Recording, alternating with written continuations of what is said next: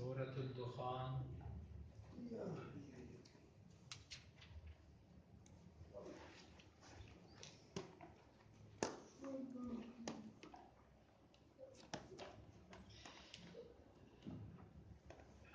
آیت نمبر 22.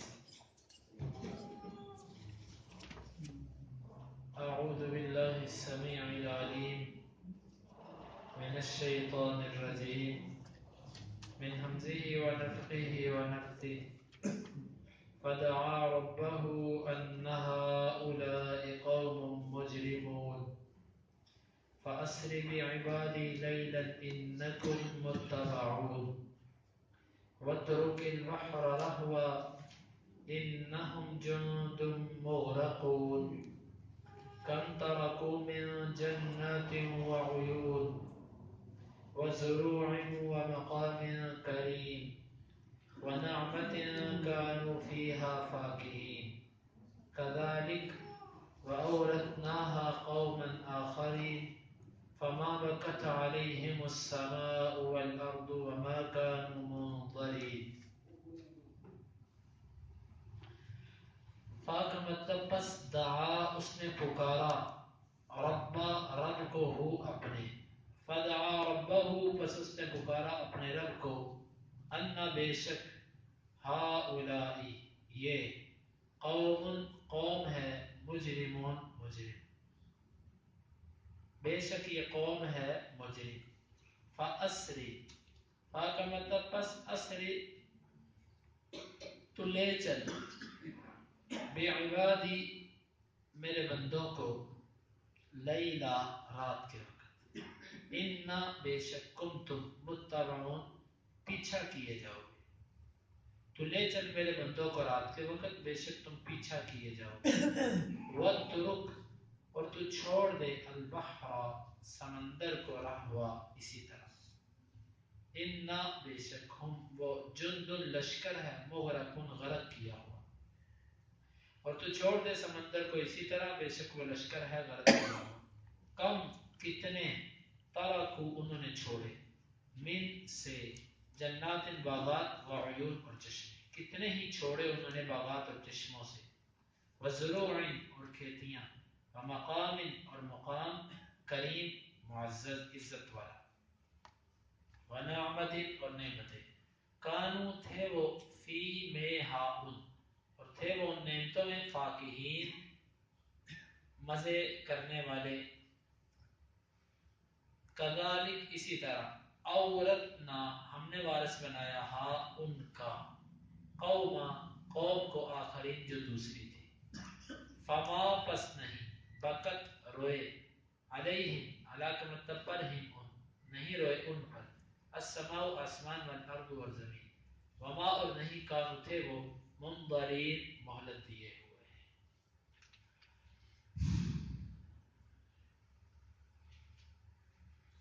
فدعا ربہ ان ہؤلاء قوم مجرمون پس انہوں نے اپنے رب کو پکارا کہ بے شک یہ قوم مجرم ہے. فاسر بعبادی لیلا انکم متبعون پس تو لے چل میرے بندوں کو رات کے وقت بے شک تم پیچھا کیے جاؤ گے. واترک البحر رہوا اور تو سمندر کو اسی طرح چھوڑ دے. انہم جند مغرقون بے شک یہ لشکر ہے غرق کیے جانے والے. کم ترکوا من جنات وعیون کتنے ہی وہ چھوڑ گئے باغات اور چشمے. وزروع ومقام کریم اور کھیتیاں اور معزز جگہیں. ونعمت اور نعمتیں کانوا فیہا فاکہین جس میں وہ خوشحالی کیا کرتے تھے. کذالک اسی طرح اورثناہا قوما آخرین ہم نے ان کا وارث بنایا کسی اور قوم کو. فما بکت علیہم السماء والارض پس نہیں روئے ان پر آسمان و زمین. وما کانوا منظرین اور نہ تھے وہ مہلت دیے ہوئے. اللہ رب العزت نے موسیٰ علیہ السلام کا ذکر یہاں پر فرمایا کہ جس وقت موسیٰ علیہ السلام اپنی قوم سے مایوس ہو گئے. یہ قرآن کا طریقہ یہ ہے کہ قرآن لمبے لمبے قصے نہیں سناتا, کہانیاں اور قصے نہیں سناتا, بلکہ قرآن سالوں کی باتوں کو مختصر الفاظ کے اندر سمیٹ کر رکھ دیتا ہے. چند الفاظ کے اندر صدیوں کی تاریخ ہوتی ہے قرآن کے کلمات.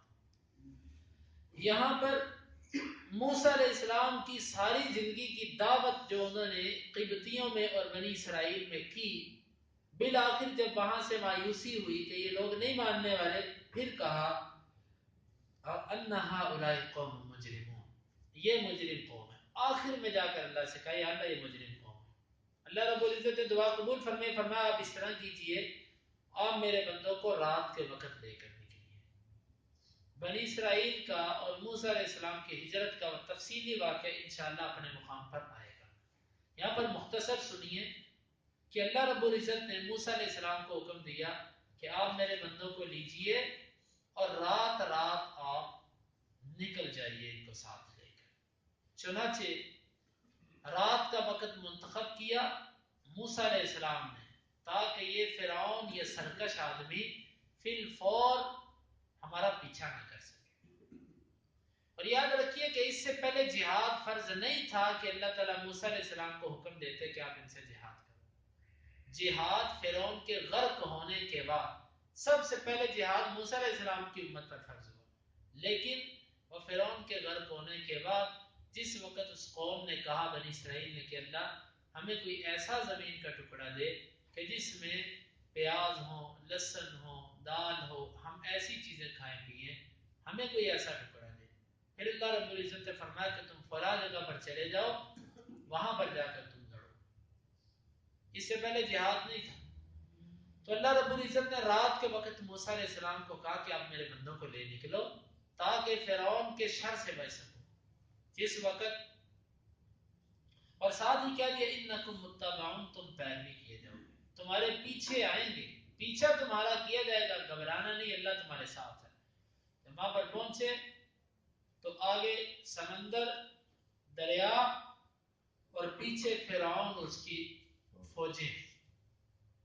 جب بنی اسرائیل کے لوگوں نے یہ منظر دیکھا تو کہنے لگے انا لمدرکون، پکڑے گئے، موسیٰ مارے گئے۔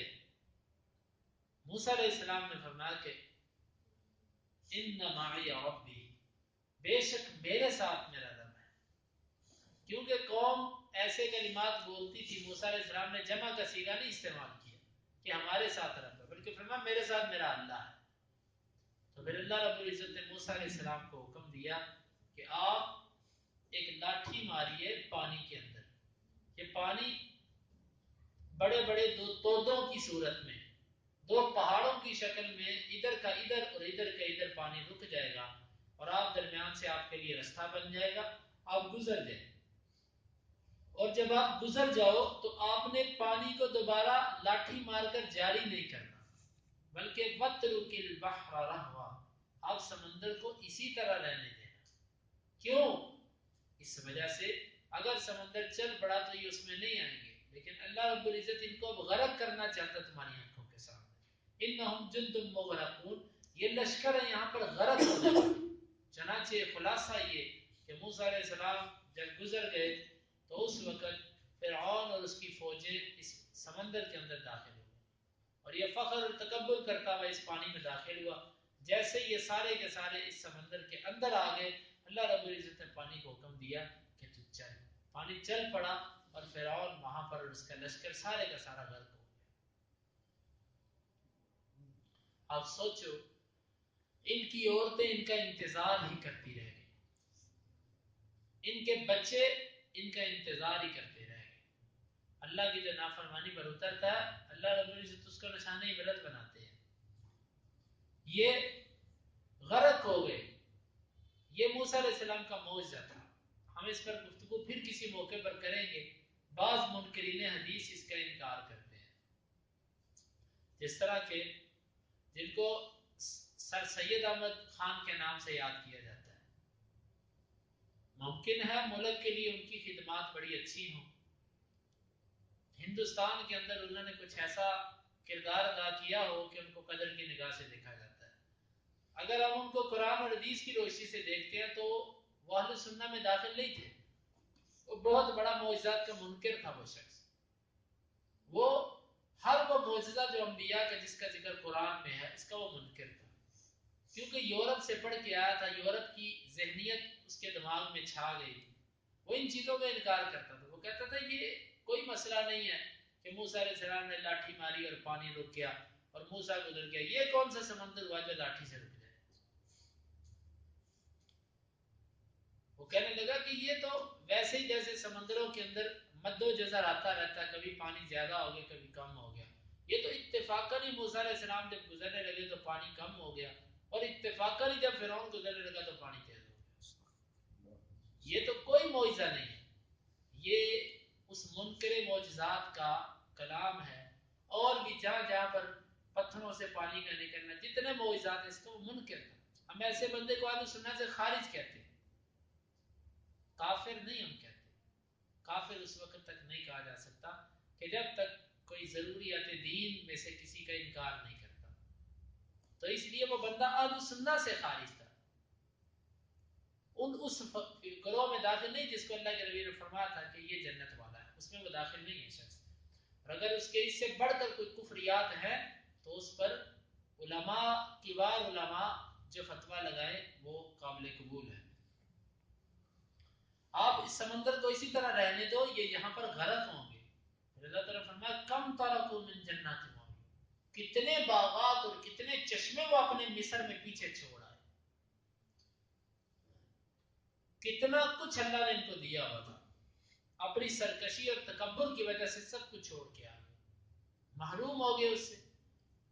وَزُرُوعٍ وَمَقَامٍ کریم، اور کتنی کھیتیاں تھیں ان کی اور کتنی معزز جگہ تھی ان کی. کتنا وہ پیارا اور خوبصورت علاقہ تھا جو ان سے چھوٹا، کس وجہ سے؟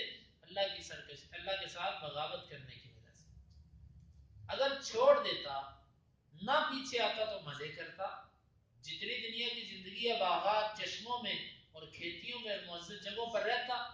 لیکن جب کوئی بندہ اللہ رب العزت کی مخالفت پر اترتا ہے پھر اسے ایسے کام سرزد ہوتے ہیں کہ اس سے وہ نعمتیں چھین جاتی ہیں. اسی لیے اہل علم کہتے ہیں کہ اذا كنت في نعمت فرعها، جس وقت تو کسی نعمت کے اندر ہو، اللہ تعالیٰ نے تیرے اوپر کوئی نعمت کی ہو تو اس نعمت کا خیال کر. کیوں؟ یہ جو نعمتیں ہوتی ہیں یہ اللہ کی نافرمانی کرنے سے چھین جاتی ہیں. اللہ کی جب کوئی نافرمانی کرتا ہے تو اللہ تعالیٰ یہ نعمتیں چھین لیتے ہیں. یہ فرعون کتنی نعمتوں کے اندر اس قوم کو اللہ رب العزت نے رکھا ہوا تھا، اللہ کی نافرمانی کی، اللہ رب العزت نے سے اپنی نعمتیں چھین لی. وَنَعْمَةٍ كَانُوا فِيهَا فَاكِهِينَ، اور کتنی نعمتیں اس میں وہ مزے سے ایش و عشرت والی زندگی گزارا کرتے تھے، لیکن اللہ تعالیٰ نے سب کچھ چھین لیا. كَذَلِكَ، اللہ تعالیٰ فرماتے ہیں صرف یہ نہیں، یہ فرعون کا انجام نہیں ہے، كَذَلِكَ، اسی طرح ہم ہر سرکش کے ساتھ کرتے ہیں.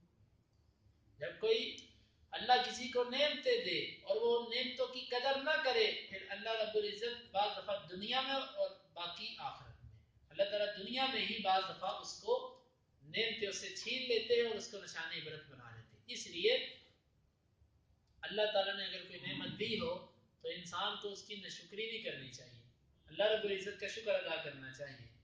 وَأَوْرَثْنَاهَا قَوْمًا آخَرِينَ، ہم نے اس کا وارث بنا دیا کسی اور قوم کو. ختم ہو گئے، وہ قصہ پارینہ اور ماضی کی داستان بن گئے. اللہ رب العزت اور قوم ان کی جگہ پر لے آیا، وہ آ کر آباد ہو گئی، ان کو یہ سب کچھ مل گیا. تو اس لیے اللہ کی جو نعمتیں ہوں ان کا خیال رکھنا ہے.